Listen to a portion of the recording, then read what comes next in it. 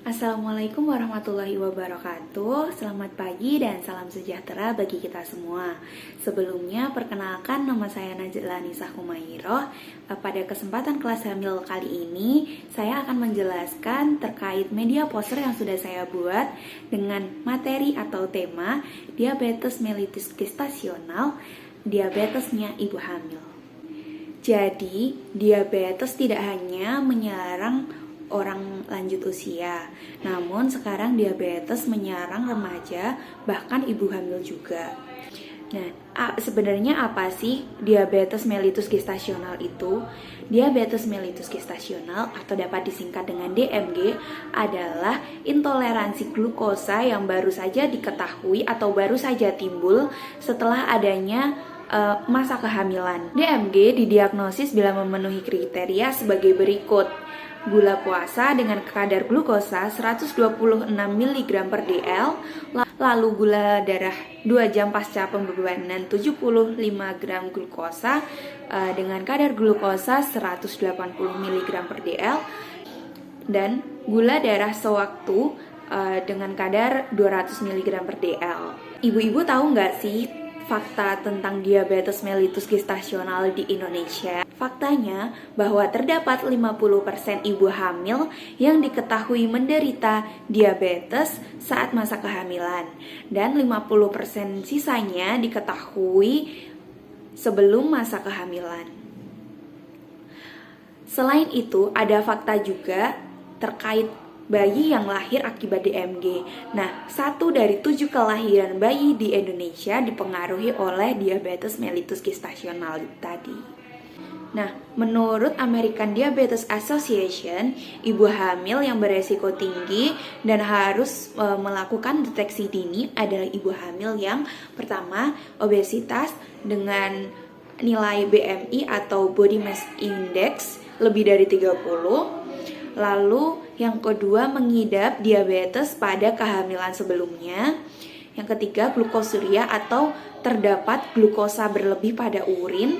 Yang keempat adalah memiliki riwayat keluarga penyandang diabetes. Selanjutnya, apa sih komplikasi dan resiko dari DMG? Nah, DMG ini dapat berdampak pada ibu dan bayi. Pada ibu dapat terjadi preeklamsia atau eklamsia, yaitu gangguan kehamilan yang ditandai dengan tekanan darah tinggi dan kandungan protein dalam urin yang tinggi. Lalu komplikasi proses kehamilan, resiko diabetes mellitus tipe 2 di kemudian hari. Lalu pada bayi dapat terjadi makrosomia, yaitu bayi lahir dalam keadaan besar lebih dari 4 kg. Kemudian distosia bahu, di mana terjadi kegagalan kelahiran setelah kepalanya sudah keluar. Stillbirth atau meninggal dalam kandungan. Kemudian kelainan kongenital, kelahiran prematur, pertumbuhan janin yang terhambat, hipoglikemia, gula darah yang rendah saat lahir, hiperbilirubinemia atau bayi lahir dalam keadaan kuning.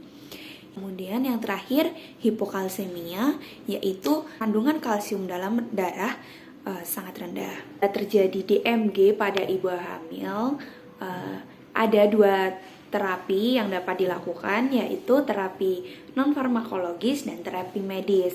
Nah, terapi non-farmakologis ada terapi nutrisi medis, yaitu dengan pengaturan diet. Nah, ini bisa dikonsultasikan dengan dokter.